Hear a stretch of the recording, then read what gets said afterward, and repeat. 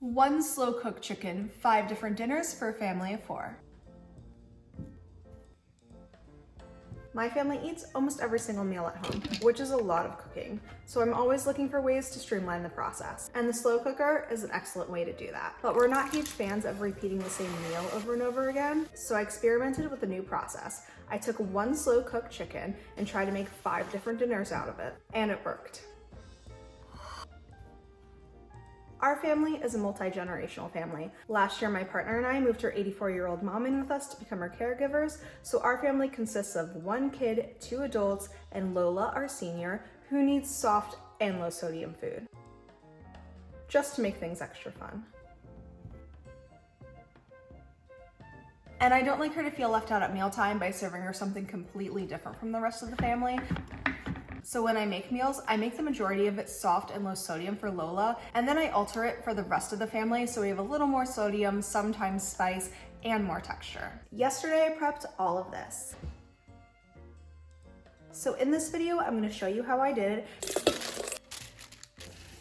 Today we're gonna put it all together and I'm gonna show you how to make all 5 meals. A little disclaimer before we get started, I'm not a doctor, I'm not a nutritionist. Lola's on a doctor recommended low sodium diet. For her, that means about 1,500 milligrams of sodium per day. And she needs softer food, but not too soft. You and your loved ones might be different. You might need different sodium levels, fat levels, sugar levels, softer food, so please adjust as needed. Barbecue chicken, mac and cheese. The barbecue sauce.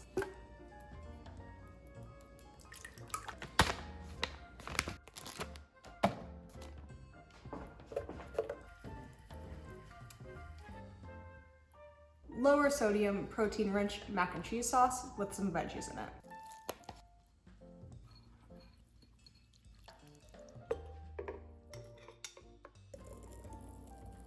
Of course, you can make this easier and buy barbecue sauce and mac and cheese. You can even add more protein and veggies to the mac and cheese like I do by simply blending in cottage cheese and roasted vegetables, but I'm making the sauce from scratch, so you have that option. Enchilada sauce for our skillet enchiladas.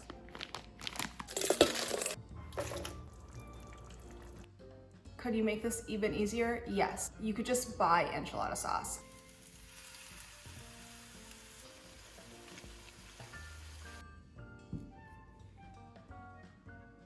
Sheet pan roasted tomato sauce for chicken and pasta.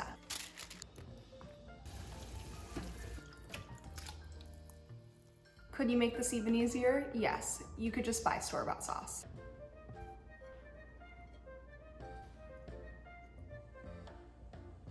The other 2 meals are 2 different versions of chicken soup. We've got a brothy chicken soup with beans and vegetables, and then a pot pie inspired creamy chicken soup with roasted mushrooms.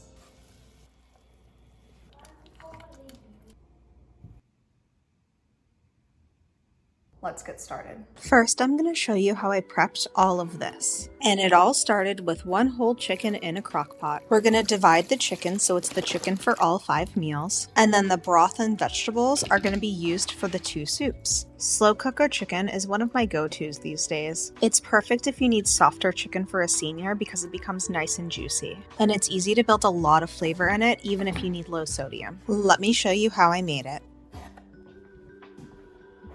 First, I prepare all of my ingredients. I start by removing the skin and fat from the chicken and wash it. Then I wash my potatoes, my carrots, and my celery. Peel your veggies and cut into bite-sized pieces. By cutting them into smaller pieces, it allows them to become soft enough for your elder parent to chew.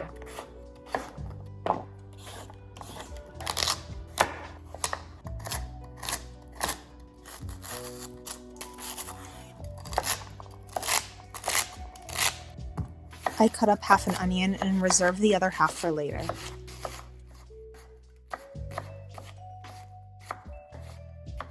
I toss all the veggies in a crock pot, and then I remove the stems from my rosemary and thyme.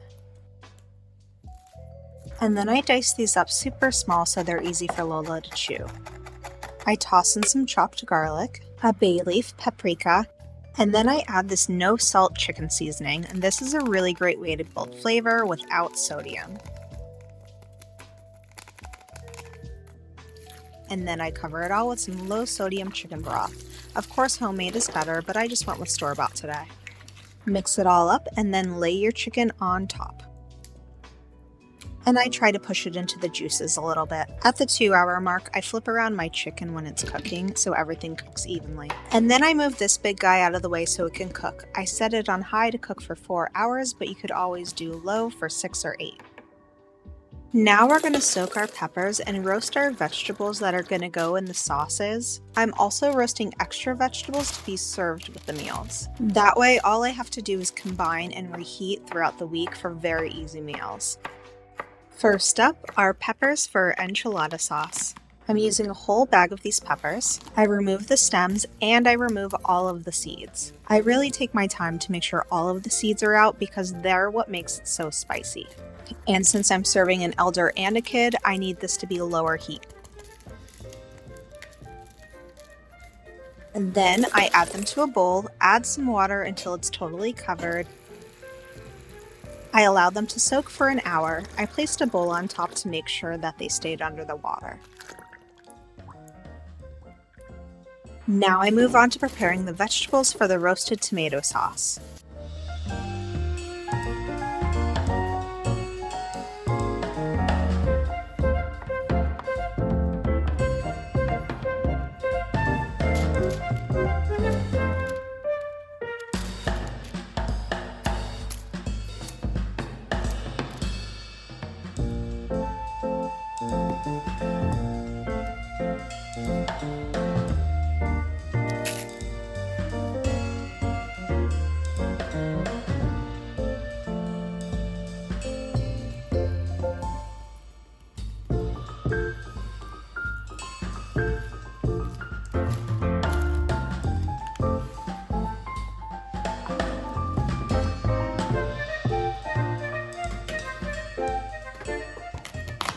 While that's baking, I use my time wisely and prepare the next batch of vegetables. I'm preparing some sweet potatoes, which are going to go in the skillet enchiladas.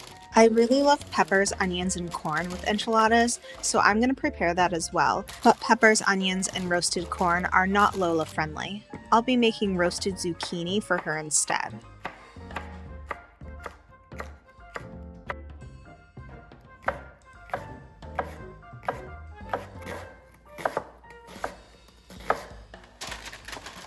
I just drizzle with olive oil and then some salt, toss until evenly coated, and then lay it out on a baking sheet. One of my soups is going to get mushrooms, so I wash, slice, and drizzle that with olive oil as well.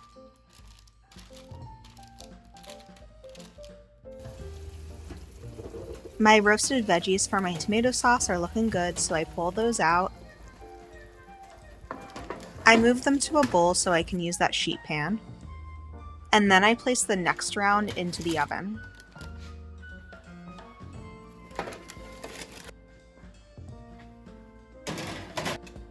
I realize I still have room, so I quickly wash and cut up the vegetables that I'm going to use in the mac and cheese sauce, which is a pepper, a carrot, a shallot.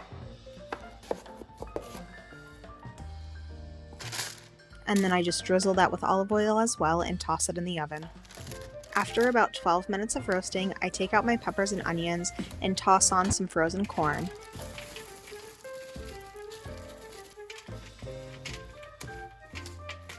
I give everything else a mix so it cooks evenly, and then everything goes back into the oven, and I roast for about 25 minutes. I cut up and prepare the next round of vegetables that are going to go in the oven and put them aside.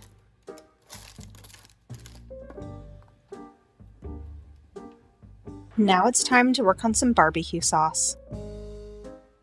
To keep the sodium nice and low, I'm going with a no salt added tomato sauce and sun-dried tomatoes. And then instead of using the traditional brown sugar, I'm going with dates, just for more nutrients.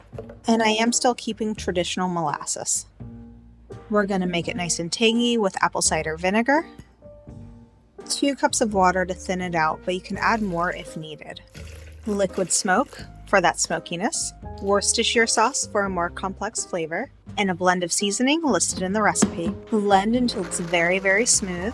Add to a pot and cook over medium heat until it gets hot, and then bring it down to medium-low. Cook for about an hour, stirring occasionally. The dates and sun-dried tomato made it nice and thick. If you want it thinner, just add more water to it or blend it even longer. We actually appreciated the thickness of it because it stuck to Lola's food a little bit better. And now we're moving back over to our enchilada sauce. After your peppers have soaked for at least an hour, add them to a blender. Then I added garlic, and then I added the water that the peppers were soaking in until it just covers the peppers. Blend until smooth, and then strain it through a mesh strainer just in case there's still seeds and skin. Heat up some oil over medium heat. Then I add oregano and cumin and some sea salt, but not too much. Allow it to cook for a minute or two. This makes the spices more flavorful. Then add the sauce. Stir until it's evenly combined, and then allow it to cook for about 20 minutes until it becomes a little bit thicker. Stir somewhat often. Then I wanted to finish this off with some more flavor. I added nutritional yeast for a bit of a cheesy flavor. No salt chicken seasoning. I added a little bit of heavy cream to help cool down the heat for Lola, which is optional. You can also use sour cream to do that. Mix until combined and turn off the heat, and your enchilada sauce is made. And like all the other sauces I made, I actually made more than I needed, so I was set up for future meals. Now we're going to make our mac and cheese sauce. Of course, I'm trying to make this lower sodium than your typical mac and cheese sauce, but I'm also trying to add more nutrition to it. I use a no salt added cottage cheese, and then I'm also going to blend some vegetables in it as well. And I do use some Parmesan cheese and cheddar because it is mac and cheese after all. Add your cottage cheese, milk, and cheese to a bowl. Microwave it for about 2 minutes so it gets warm but not hot, and I stir it every 30 seconds. Add it to a blender, and then add the roasted vegetables. To add more of a cheesy flavor with less sodium, I add nutritional yeast. And then for more flavor, I added apple cider vinegar, Dijon mustard, paprika, and onion powder. And then you want to blend until it's very, very smooth. This takes a minute or two. And yes, I made double what I needed. Who doesn't want extra cheese sauce sitting around?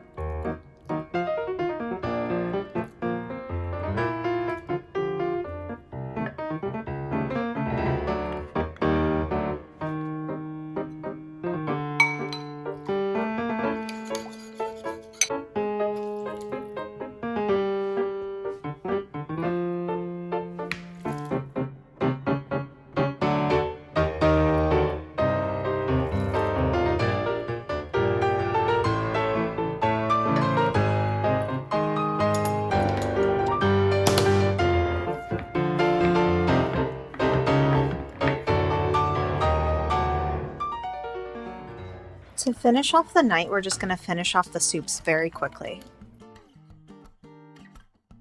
For the creamy chicken soup, we're going to make a roux with butter and flour. Cook over medium heat and mix rapidly. After a minute or two, we're going to add some heavy cream. Allow to cook for 1 more minute. And then we're going to slowly add 1 cup of the broth from the slow cooker. Then add 4 more cups of the soup from the slow cooker and mix until combined. We're going to take 1/5 of the chopped chicken.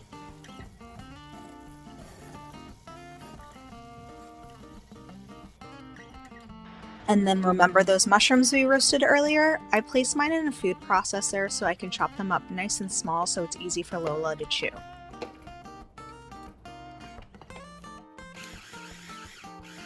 Then add to the soup and mix until combined. And that's it for the creamy chicken soup. You can finish it off with a drizzle of half a lemon. Now we'll go back over to the slow cooker where the rest of the soup is. We'll add 1/5 of the chicken and then juice from half a lemon, and that's done too. It's the next day. Let me quickly review everything we made before we put it all together. I have lots of vegetables. We have very, very soft ones for Lola and then not so soft vegetables for the rest of the family. And then we have 3 portions of our chicken left. The other 2 went into the soups. And we did eat the creamy soup for dinner last night, which was so good. We have roasted tomato sauce over here. Typically, I double the batches for my sauces. That way I have it for future use. Then we have our enchilada sauce, our barbecue sauce,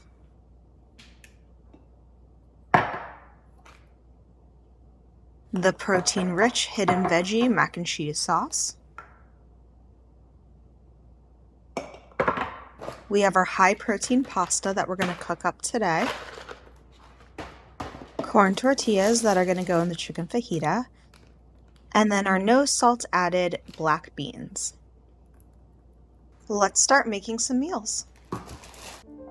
First up is barbecue chicken mac and cheese. First, I put some water on for pasta. I'm using a protein-rich pasta. You always want to check your pasta to make sure there's no hidden sodium because there isn't a lot of them. This one's good to go. We have 3 portions of chicken left, so I'm adding 1 portion of that.